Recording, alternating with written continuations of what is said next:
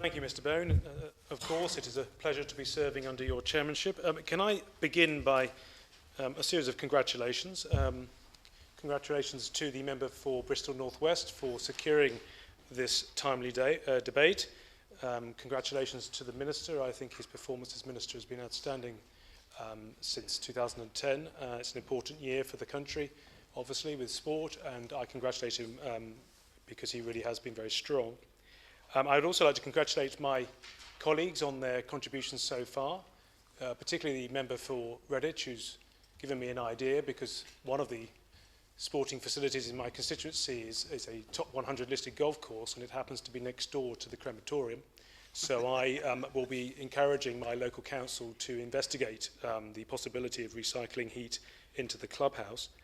What I would like to talk about is how I see sport, and how sport, I think, can have such benefits both to the individual but also to the wider community, and indeed to the nation as a whole.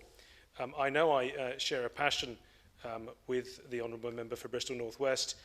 That is a passionate belief that sport can do good, does do good, and should be encouraged and be supported in every possible way. Now, forgive me, I would appreciate some indulgence here as I take a tour of my constituency. The reason I'm very proud to do so, specifically in the area of community sports facilities, is I would suggest possibly that my constituency has some of the best community sports facilities in the country. And I think that may be linked to why, in my experience, the people of Bracknell and the surrounding area are generally quite happy, and I think the two might be linked. Speaking specifically about Bracknell, we have 3 sports centres. We have an Olympic swimming pool, which I know the member for Bristol North West competed in once upon a time.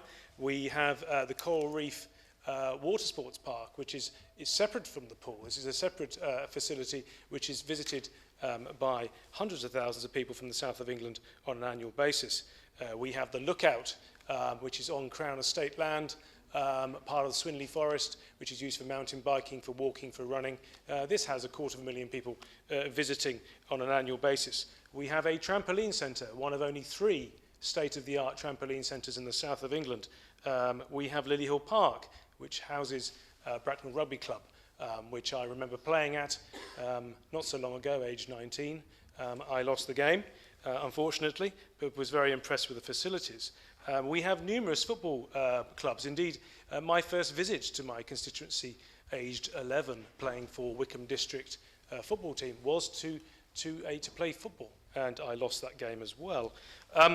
We also have a baseball club, and they've been national champions 5 times. And they're just the sort of community facilities, sort of state-owned, dare I say. I mean, we also have a ski slope, and we have an ice rink, and we have an Outward Bound Youth Challenge network, all privately funded, and now going concerns which are profitable. And that's just Bracknell. In Sandhurst, we have 80 acres of land owned by the local town council, owned and managed. We have football pitches. We have a very successful cricket club. We have a skate park. We have a tennis facility. And we also have, on an annual basis, something called the Sandhurst Fitness Fun Day, which I attend every year, because of its association with trying to improve the health of the community. And now we move to Crowthorne, where we have the Pinewood Centre, which is an old TB hospital. It's a series of wards. So if anybody can remember what TB hospitals were like, they have sort of big wards in the middle of nowhere. Well, when this was closed, this was taken over by the local council, and each of these wards now houses a society. And of these societies, you have a gymnastics club that is quite remarkable. Indeed, when I visited it, they have to open the doors to allow people to run in to do the vault. But the standard of the gymnastics really was quite awe-inspiring. We have a judo club on the same site that's had an Olympian. We have football teams. We have a boxing club in Crowthorne. We also have a boxing club in Bracknell. And moving on to Finchampstead, which has Finchampstead Memorial Park, which also has a very successful cricket club. We have a football club that's tied up with Reading Football Club. We have a netball club. I could go on and on and on. It is a remarkable series of communities all within my constituency, and I do think First of all, that I think that the councils involved, both the Borough Council, Ian McCracken being one individual who's responsible for the portfolio at Bracknell Forest, but for all the councillors and the councils, they should be congratulated for their success in maintaining all these facilities throughout the last few decades. And this brings me on to one thing I'd like to mention about the sustainability of sports facilities. I really don't think that going forward, that it really is a state responsibility to fund all facilities. I don't think this is sustainable. I don't think it makes any sense. I think the state has a role as a partner in all of this, but I think also private money, charitable money, should also play a part. I don't really think that we can go back to an age where apparently it's the council's responsibility to provide all the facilities. I think this is nonsense, and I'm quite happy and quite proud of the fact that actually quite a large number of facilities in my constituency are a partnership between the community and the council. The wider point, though, I would like to make about sport, and I suppose I can say this as a doctor perhaps more strongly than others, is that sport is good for you. Sport makes you healthy, and I see too many patients still who are obese, who are drink too much, smoke too much, and also have lost that drive, that desire to get on and to compete in life. And I think sport at an early age, from an early age onwards, and I mean competitive sport, not this nonsense about everyone's a winner, competitive sport, because actually life is tough, and trying to protect your children from the realities of how competitive life is as abusive as well. I wouldn't describe it as child abuse, but I think it is abusive because the same children then enter the workplace and wonder why it is that they can't deal with competition. So I think sport has an important role to play in someone's physical health, but also in their mental health. We need to get back to believing and to understanding that actually we want winners, but to have winners, we're going to have losers by definition, and we need to connect effort with reward. And I think sport is a way of doing that and a way of educating people. I also think sport can benefit communities. As I said before, the reason I think I have such remarkable communities in my constituency, and they really are truly remarkable, is because sport plays a large part in the life of those communities. And that's why I think sport is so important, so integral to a happy environment, to the well-being of each and every one of my constituents. Finally, could I just move on to the Football Foundation as an example of an agency that has money both from government but also from the Premier League and from the FA. I'm doing a fellowship with the Football Foundation, and I'm learning about the industry of football, warts and all. But the best part of it has been getting to understand and to see the impact the Football Foundation is having up and down the country.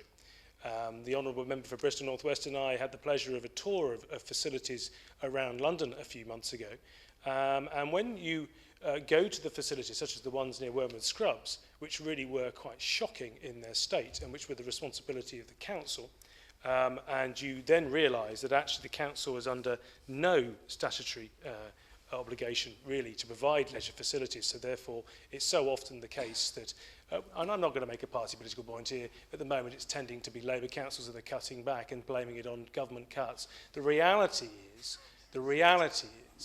is that the way in which these sports facilities are being managed is not sustainable. And the Football Foundation's model is that it wants to help support, it puts in a proportion of the grant into schemes that have a sustainability aspect to it, be it a bar, be it a creche or whatever, and thereby the facility is maintained and is successful and is very popular in the community. Would my friend, of course. Can we just on that point? Time's up. And this may be a point, Mr. Bone, which relates only to sort of isolated rural areas such as mine.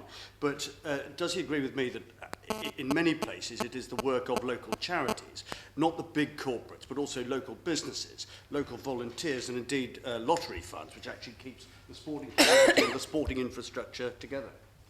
Dr. Phillip Lee. That's a very important intervention, and thank you. I mean, too many times you see the local builder or the local plumbing firm or whatever are the sponsors of the football shirts, and I think you're very right. But no, I mean, I guess what I'm saying is that you need organisations like the Football Foundation to be working in partnership with communities, in partnership with councils, in order to put in sports facilities that are very, very much needed. I mean, I don't know if anybody has tried to book a five-a-side football pitch anywhere in the country.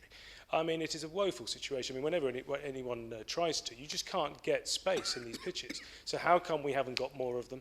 The reason, actually, at the moment, I think the foundation is struggling to get match funding from councils. And I wonder if the minister might, try to look at this in terms of perhaps making it a statutory requirement that councils need to sort of concentrate on leisure facilities, perhaps try to say to them that by cutting these sports facilities, then it's going to come back to government expense in another way in the provision of healthcare services. Of course I'll give way. Specific point, as I sort of mentioned in my speech, actually local authorities can look at these as an opportunity, because my local authority invested on a investor save, paid the money off in 13 months and then have been making a profit since then. 3G football pitches, because there is such a chronic shortage, are very potentially profitable.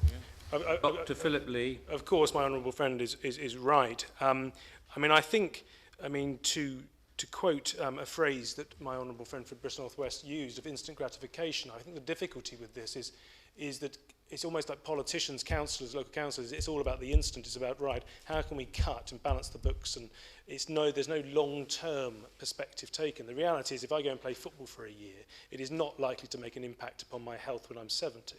I mean, this has got to be something that happens over a number of decades in order to get the return. And I just think a longer perspective on the part of councils and indeed government needs to be taken.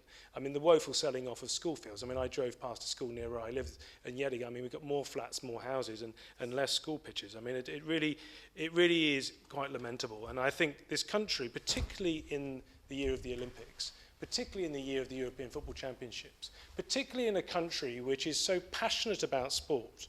I mean, I've stood on football terraces up and down the country. I mean, people are passionate about sport. They're passionate about their club winning, not competing, not taking part, winning. And I think we can harness that. And I think the best way of doing that is making sure that there are facilities that are sustainable up and down the country. So I guess in conclusion, I think my constituency is a model of how communities can engage in sport, can support sport, be it financially, but actually also by participation, and that the well-being of the community is so much enhanced in the process of doing so. I think sport, and indeed the provision of community sports facilities, can lead to better health.